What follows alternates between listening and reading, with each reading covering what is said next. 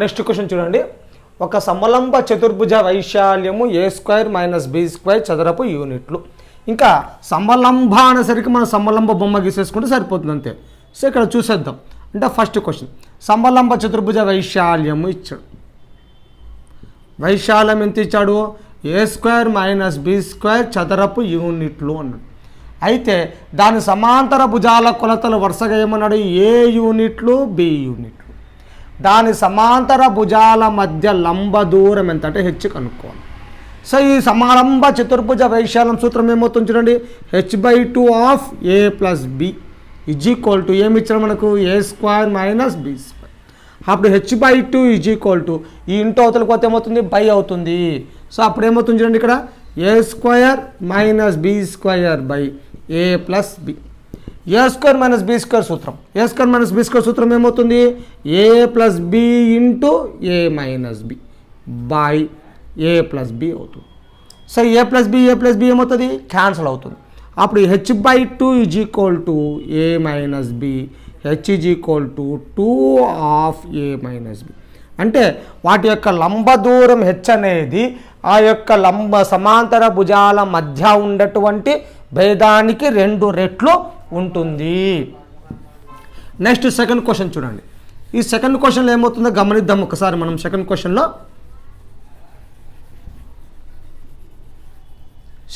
చూడండి. ఈ second question ఏమవుతుందంటే చతుర్భుజం అవుతుంది. అంటే సమలంబ చతుర్భుజం వేరే, చతుర్భుజము వేరే. ఈ చతుర్భుజము అంటే అర్థం ఏంటంటే క్వాడ్రిలేటరల్ అంటారు. ఇది ఇలా ఉంటుంది. అంటే గాలిపట ఆకారం అనేది చతుర్భుజం అవుతుంది. ఈ గాలిపట ఆకారంలో పొడవుగా ఉండే దీన్ని ఏమంటారంటే కర్ణము డి అంటారు. దీని మీదికి గీయబడిన లంబాలు h1, h2. అంటే ABCD అనే చతుర్భుజం అయితే ఆ చతుర్భుజంలో ABBD అనేవి 2 సమానంగా ఉంటాయి, 2 సమానంగా. ఎదురెదురు భుజాలు అవుతాయి, సమాంతరాలు అవుతాయి. అయితే ఈ శీర్షం నుంచి అంటే ఈ డి శీర్షం నుంచి గీయబడిన లంబాలు ఏమవుతాయి? h1, h2. కాబట్టి ఈ చతుర్భుజ వైశాల్యం వచ్చేసి ఏమవుతుందమ్మా? d/2 of h1 + h2. అంటే h1, h2 అనేవి కర్ణము మీదికి గీయబడిన అంతరలంబాలు.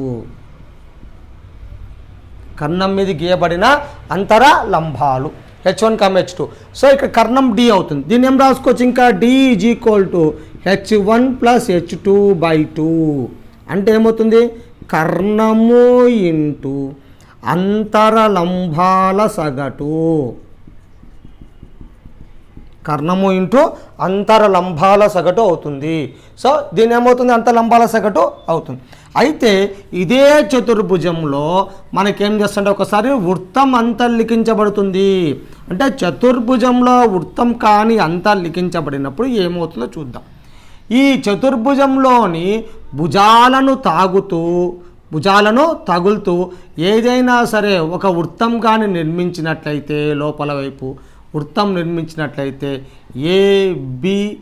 ABCD ఈ విధంగా వృత్తం నిర్మించినట్లయితే ఎదురెదురు భుజాల మొత్తము మిగిలిన ఎదురెదురు భుజాల మొత్తానికి సమానం. అంటే అప్పుడు ఏమవుతుంది? AB + CD ఏమవుతుందండి?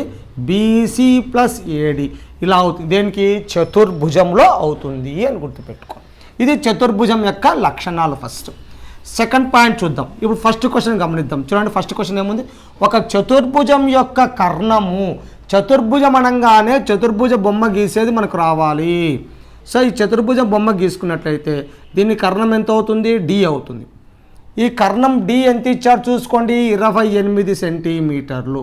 చూడండి, కర్ణం D = 28 సెంటీమీటర్లు. నెక్స్ట్ దాని మీద గీయబడినటువంటి అంతరలంబాలు. ఈ విధంగా నువ్వు ప్రాక్టీస్ చేసినట్లయితే రేపొద్దున రేఖాగణితంలో ఈజీగా మనం రావడానికి అవకాశం ఉంటుంది. అంతర్లంబాలు ఏమవుతాయి? ఒకటి 13, ఇంకోటి ఏమవుతుంది? 17 అవుతుంది. అయితే ఆ చతుర్భుజం యొక్క వైశాల్యము ఎంత? సో చూడండి, అంతరలంబాలు h1, h2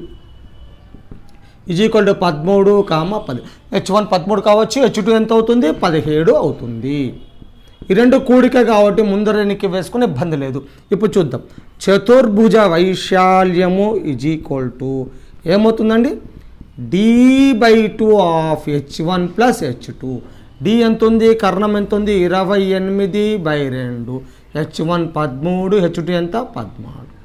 2 1 2 4. సో 14 ఇంటూ 13 1 17 ఎంత అవుతుంది 30 అవుతుంది. 14 3 ఎంత అవుతుంది 42 0. సో ఏమవుతుంది మనకు అప్పుడు 420 చదరపు సెంటీమీటర్. అంటే ఇక్కడ ఈ విధంగా బొమ్మ గీస్తే రేపొద్దున రేఖాగణితంలో బొమ్మ మనకు ఈజీగా ఐడెంటిఫికేషన్ అవుతుంది. నెక్స్ట్ మనం చూద్దాం. నెక్స్ట్ క్వశ్చన్ గమనిద్దాం. ఈ నెక్స్ట్ క్వశ్చన్ ఏమవుతుంది చూసుకుందాం ఒకసారి. ఇది కూడా చతుర్భుజం యొక్క లింకుడే. ఈ చతుర్భుజం యొక్క లింక్ రెండో క్వశ్చన్ చూద్దాం. చతుర్భుజము కర్ణం మీదికి గీయబడిన అంతర్లంబాల కొలతల మొత్తము అన్నాడు. అంటే ఈ చతుర్భుజం అనగానే చతుర్భుజం మీ కళ్ళలో కనపడాలండి, అంటే గాలిపట ఆకారము అని అర్థం. సో ఇక్కడ కర్ణం, ఈ కర్ణం మీదికి గీయబడిన H1, H2 అంతే, అంటే అంతరలంబాల మొత్తము అని ఇచ్చాడు చూడండి. అంతరలంబాల మొత్తము H1 ప్లస్ H2 ఎంత ఇచ్చాడు? H1 ప్లస్ H2 మనకు 12 సెంటీమీటర్లు. కర్ణము D అంటే ఇది కర్ణం అవుతుంది. ఈ కర్ణం D ఎంత ఇచ్చాడు, కొలత ఎంత ఇచ్చాడు 24 సెంటీమీటర్లు ఇచ్చాడు. ఇప్పుడు ఆ చతుర్భుజ వైశాల్యం ఎంత? సో మనకు క్వశ్చన్ ఆల్రెడీ ఆన్సర్ ఇది తెలుసా అండి సూత్రము. చతుర్భుజ వైశాల్యము D/2 of H1 plus H2. D ఎంత ఉంది కర్ణం 24/2. H1 ప్లస్ H2 ఎంత ఉంది 12. 2 1 2 2. సో 12 ఇంటూ 12 ఎంత అవుతుందండి 144 చదరపు సెంటీమీటర్లు. అంటే H1 ప్లస్ H2 మనకు క్లారిటీగా అతనే ఇచ్చినాడు అని అర్థం చేసుకోవాలి. సెకండ్ చూడండి, చతుర్భుజంలో మూడో క్వశ్చన్ చూడండి. ఏమి ఇచ్చాడు చూడండి. ఒక చతుర్భుజం యొక్క కర్ణం కొలత 16 సెంటీమీటర్లు. కర్ణం మీద గీయబడిన అంతరలంబాల సగటు 9 సెంటీమీటర్లు అయితే ఆ చతుర్భుజ వైశాల్యం ఎంత? చూడండి మళ్ళీ మూడో క్వశ్చన్.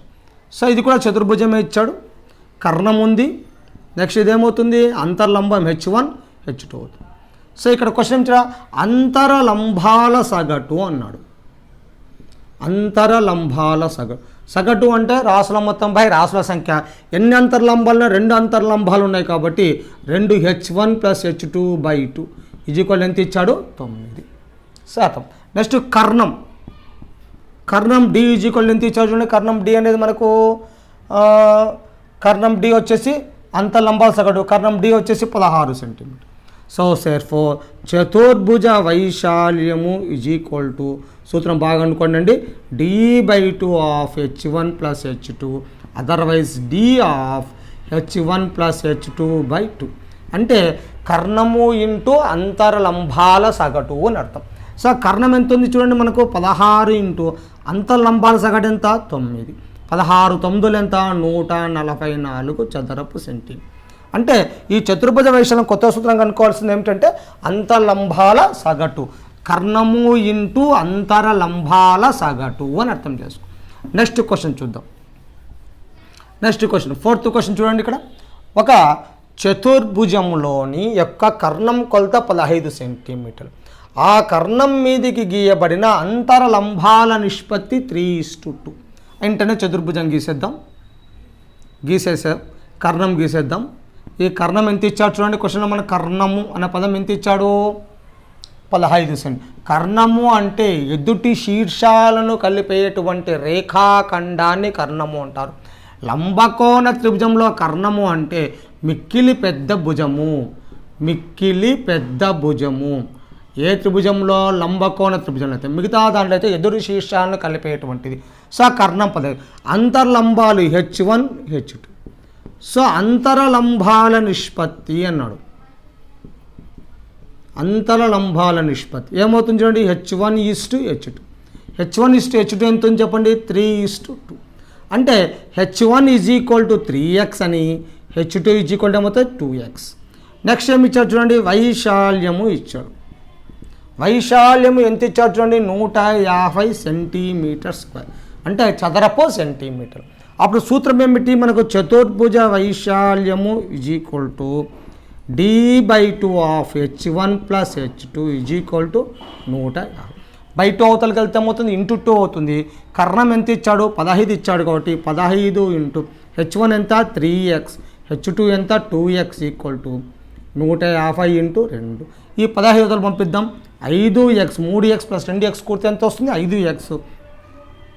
150 రెంట్లు ఎంత, 300/15.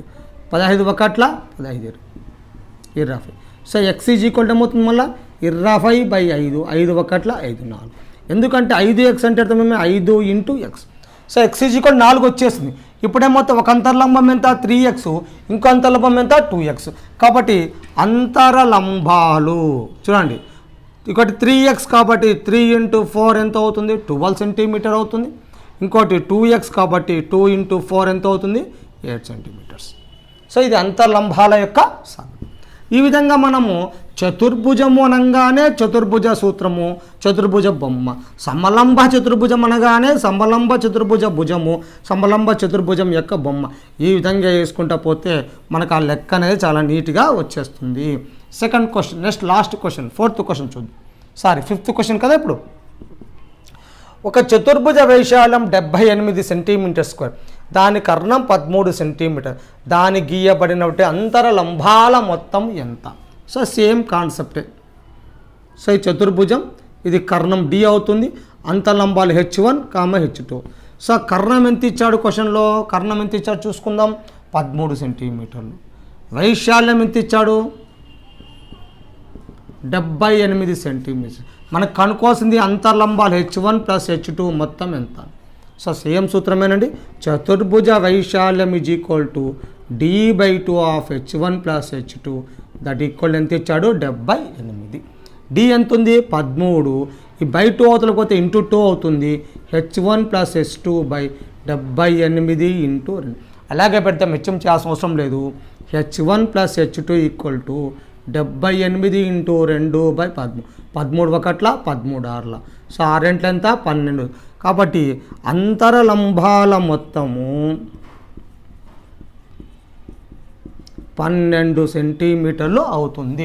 సో ఈ విధంగా చతుర్భుజం మనం చేయవచ్చు. నెక్స్ట్ కాన్సెప్ట్ రాంబస్ లేదా సమచతుర్భుజం. అంటే రాంబస్ అంటే ఎట్లా ఉంటుంది, మన దీని ఏమంటారు, కళాఖండాకారం అనుకోవచ్చు. చూడండి, ABCD ఏదైనా ఒక కొలతలు ఇచ్చేటప్పుడు, అంటే పేర్లు పెట్టేటప్పుడు క్లాక్ వైజ్ అయినా కావాలి, యాంటీ క్లాక్ వైజ్ అయినా ఉండాలి. అంటే సవ్య దిశలో ఉండొచ్చు లేదా అపసవ్య దిశలో ఉండొచ్చు. అంటే ఏ నుంచి బిగిన్ అయిన వ్యక్తి Bకి వచ్చి, Cకి వచ్చి, Dకి పోయి మళ్ళీ Aకి, దీన్నే సంవృత పటము, సరళ సంవృత పటము. అంటే మొత్తం జర్నీ కంప్లీట్ కావాలి. ఈ రాంబస్లో ఏమవుతాయంటే ప్రతి ఒక్క భుజం పొడవులు సమానము. ఫస్ట్ గుర్తుపెట్టుకోండి, భుజాల పొడవులు సమానము. భుజాల పొడవులు సమానం అంటే భుజాలు ఎంతటో సమానంగా ఉంటాయి. అయితే కర్ణాలు సమానంగా ఉండవు. ఈ కర్ణాలు ఒక D1 అవుతుంది, ఏమవుతుంది D2. కాబట్టి అక్కడేమవుతాయి, కర్ణాలు అసమానాలు, కర్ణాలు అసమానం. కాబట్టి దీనికి ఏమవుతుందంటే ఈ యొక్క రాంబస్ వైశాల్యము = ఆఫ్ D1 D2. అంటే ఏమవుతుంది, కర్ణాల యొక్క లబ్ధం అవుతుంది. సో D1 D2 అనేవి కర్ణాలు అవుతే ఈ కర్ణాల యొక్క లబ్ధములో సగము ఏమవుతుంది, ఈ యొక్క రాంబస్ వైశాల్యము అవుతుంది. నెక్స్ట్ ఈ యొక్క కోణం ఉన్నది కదా, అంటే angle A, angle B, angle C, angle D కోణాలు 90 డిగ్రీలు కావు. 90 డిగ్రీలు అయితే రాంబస్ ఏమవుతుంది, చతురస్రం అవుతుంది అని గుర్తుపెట్టుకోవాలి. కోణములు angle A, angle B, angle C, angle Dలు 90 డిగ్రీలు కావు. ఒకవేళ 90 డిగ్రీలు అయితే అదేమవుతుందండి, చతురస్రం అవుతుంది. అది గుర్తుపెట్టుకోండి. ఏమవుతుంది అప్పుడు మనకు చతురస్రం, అంటే 90 డిగ్రీలు అయితే అదేమవుతుంది, చతురస్రము అవుతుంది. నెక్స్ట్ ఇంకో పాయింట్ ఏమిటంటే ఈ కర్ణాల పొడవులు సమానంగా ఉండవు, భుజాలు సమానంగా ఉంటాయి. కాబట్టి ఒక్కొక్క భుజం కొలత అని గుర్తుపెట్టుకోవాలి. భుజం కొలత is equal to root of d1 square plus d2 square by 4 కూడా రూట్లో ఉంటుందమ్మా. భుజం కొలత A is equal to root of d square plus d1 square plus d2 square by 4 అవుతుంది. అదే ఈ రాంబస్ యొక్క చుట్టూ కొలత, రాంబస్ యొక్క చుట్టూ కొలత is equal to 2 root of d1 square plus d2 square అవుతుంది. ఇది టెక్స్ట్ బుక్లో ఉండదు, 7th క్లాస్ కాన్సెప్ట్ అండి. 7th క్లాస్ టెక్స్ట్ బుక్లో మనకు ఉంటుంది. రాంబస్ అనే పదము ఉపరితల వైశాల్యాలు చతుర్భుజముల అంశంలో 7th క్లాస్ టెక్స్ట్ బుక్లో ఉంటుంది రాంబస్ అనే పదము. ఈ రాంబస్ యొక్క ప్రాపర్టీ ఏమవుతుందంటే భుజాల పొడులు సమానంగా ఉంటాయి, కర్ణాల పొడులు సమానంగా ఉండవు. కర్ణాలు లంబ సమద్విఖండన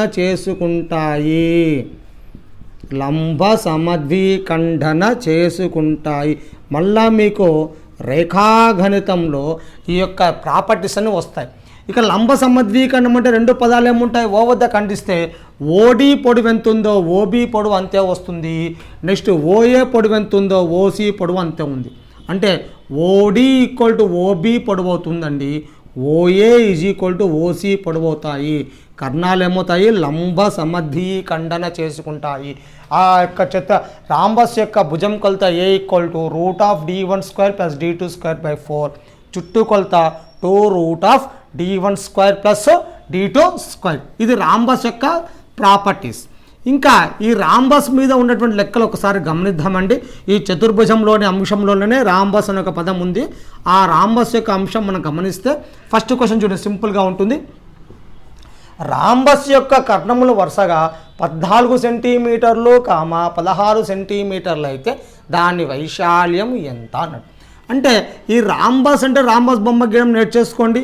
కర్ణము d1 d2, ఇది d1 అవుతుంది, ఇది d1. సో కర్ణాలు వచ్చేసి కర్ణము d1 వచ్చేసి ఎంత ఉంది, 14 సెంటీమీటర్లు. కర్ణం d2 వచ్చేసి ఎంత ఉంటుందమ్మా, 16 సెంటీమీటర్లు.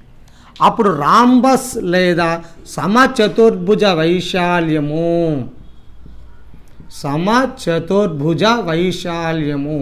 ఈజ్ ఈక్వల్ టు ఏమవుతుంది, half d1 d2. So half into d1 ఎంత ఉంది, 14, d2 ఎంత ఉంది, 16. 2 ఒకట్ల 2 ఏళ్ళ 14, 16 ఏళ్ళు ఎంత, 112 చదరపు సెంటీమీటర్లు. బాగా గుర్తుపెట్టుకోవాలండి. ఎప్పటికైనా సరే భుజాల కొలతలు సెంటీమీటర్లో ఉంటే వైశాల్యం వచ్చేసి చదరపు సెంటీమీటర్లో ఉంటుంది. చుట్టూ కొలత కూడా దేంట్లో ఉంటుందండి, సెంటీమీటర్లోనే ఉంటుంది. సెకండ్ క్వశ్చన్ చూడండి, రెండో క్వశ్చన్ గమనిద్దాము. ఈ రెండో క్వశ్చన్లో ఏముందో చూద్దాం ఒకసారి.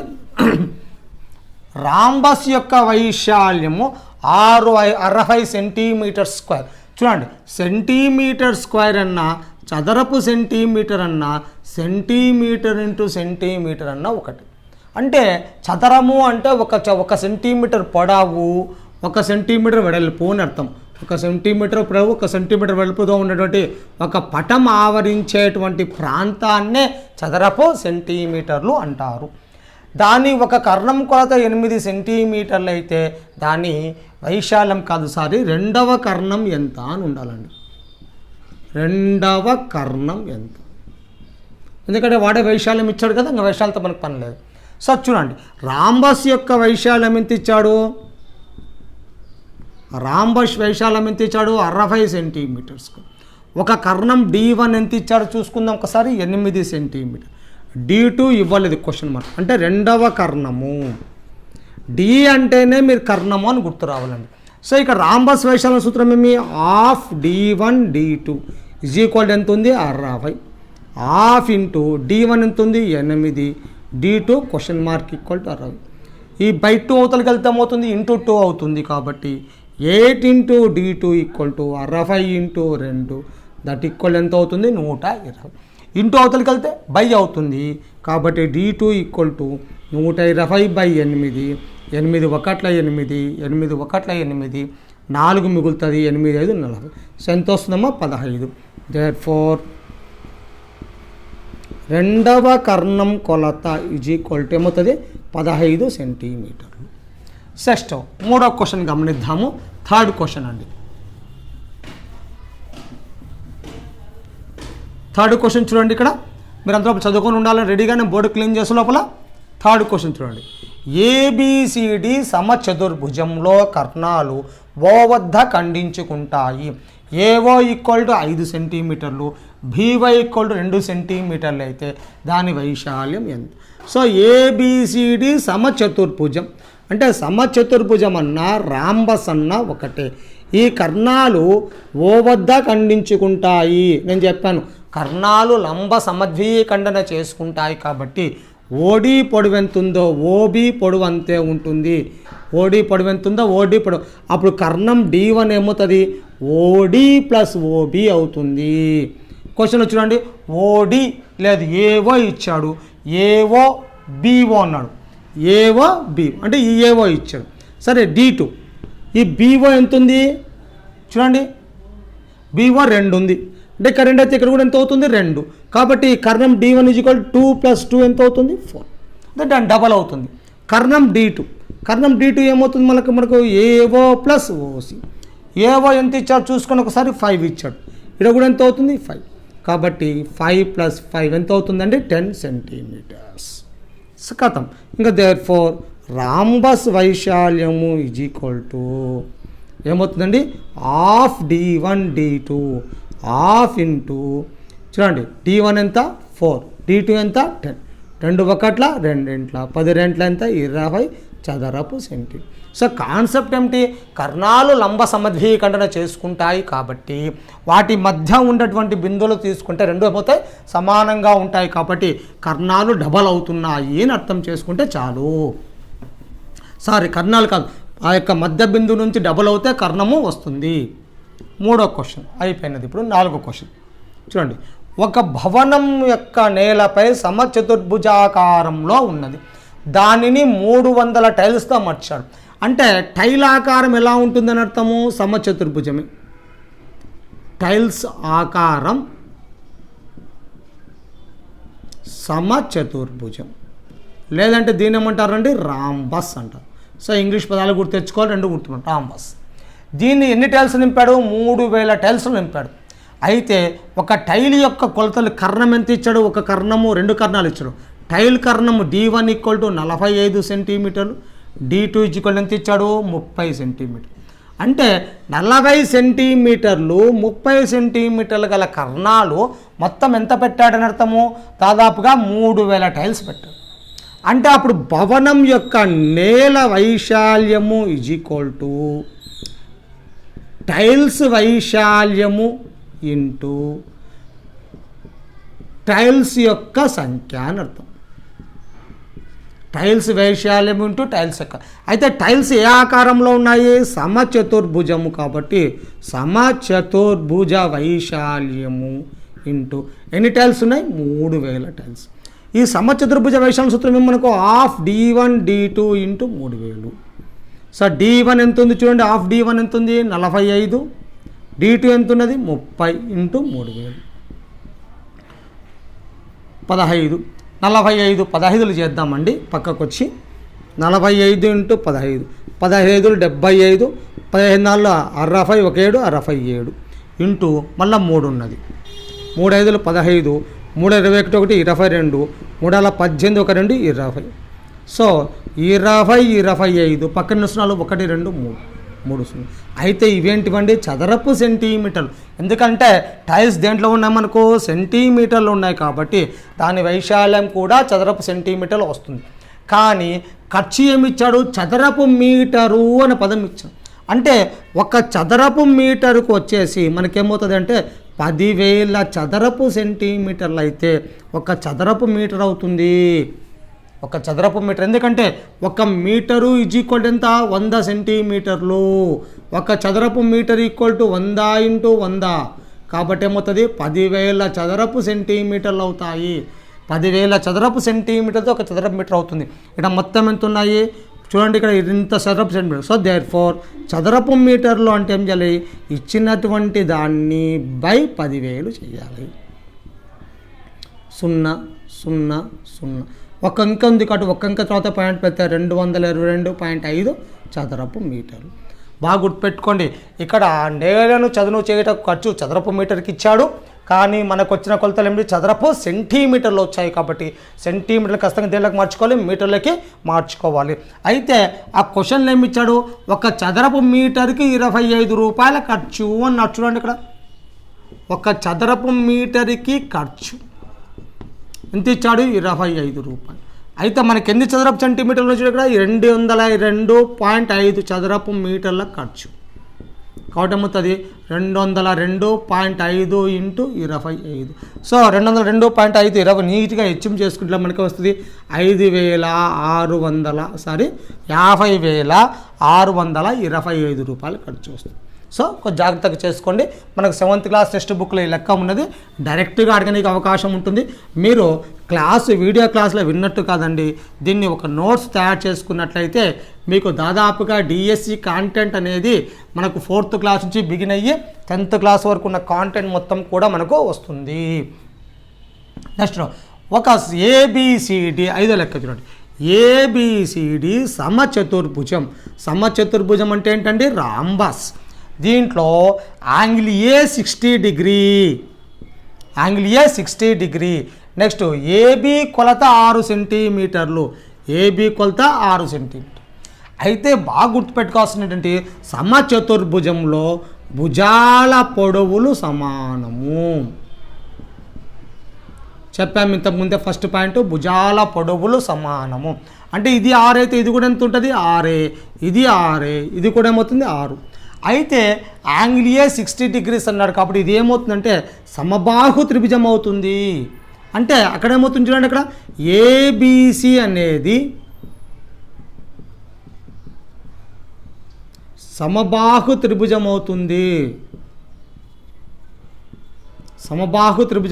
సో సమబాహు త్రిభుజం కాబట్టి ఏసీ పొడవు కూడా ఎంత అవుతుంది, ఆటోమేటిక్గా 6.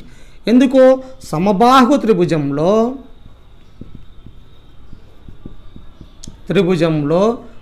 భుజాల పొడవులు సమానము. భుజాలు సమానం కాబట్టి ఒక దాని భుజం సమానం అయితే కాబట్టి ఏసీ అనేది ఏమవుతుంది, కర్ణం అవుతుంది. కాబట్టి కర్ణం ఎన్ని సెంటీమీటర్లు అవుతుంది, 6.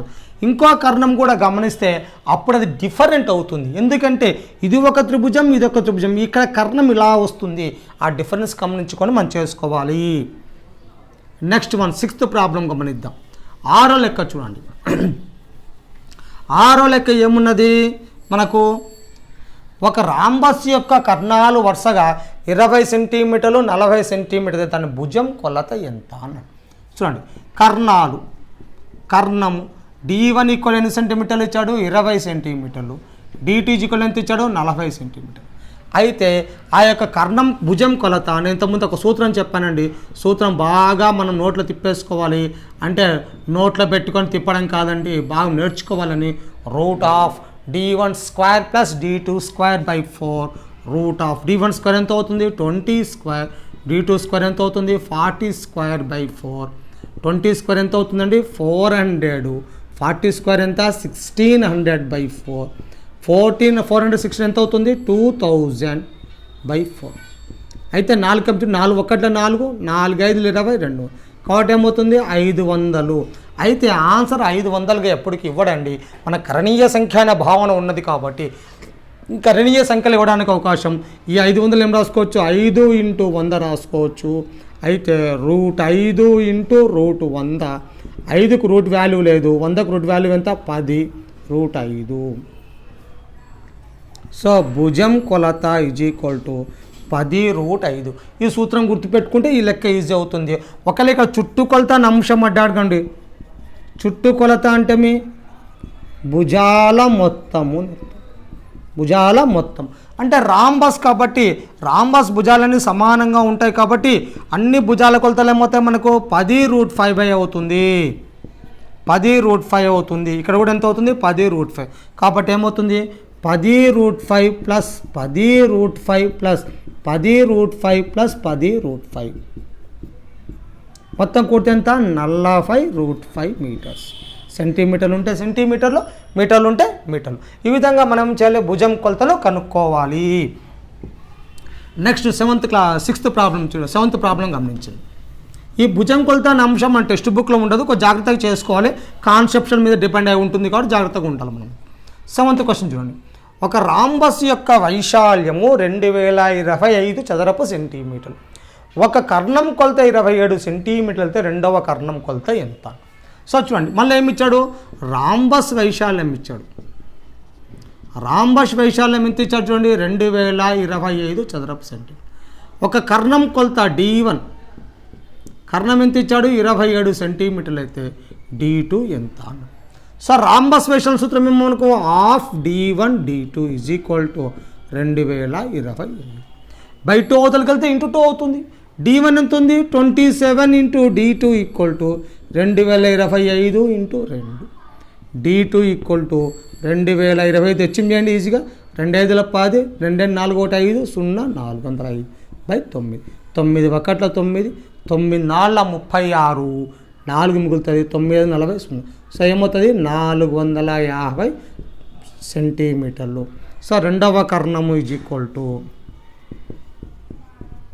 450. అంటే లెక్కలో ఉండేటువంటి మజా ఏమిటంటే ఒక కర్ణం ఇచ్చాడు, ఇంకో కర్ణం కనుక్కుంటే లెక్క అయిపోతుంది. సారీ అంటే ఇక్కడ 9 కాదు 27 ఉందండి, కొంచెం మీరు గమనించండి ఫర్ మిస్టేక్. 27 చూడండి, 9 3 27, 9 4 36. హెచ్ఎం చేద్దాంనండి సింపుల్గా ఊరికే మంచిగా. సో హెచ్ఎం చేస్తే 10 5 0 4 బై 27. 9 3 27, 9 4 9 5 0, 3 1 3 5.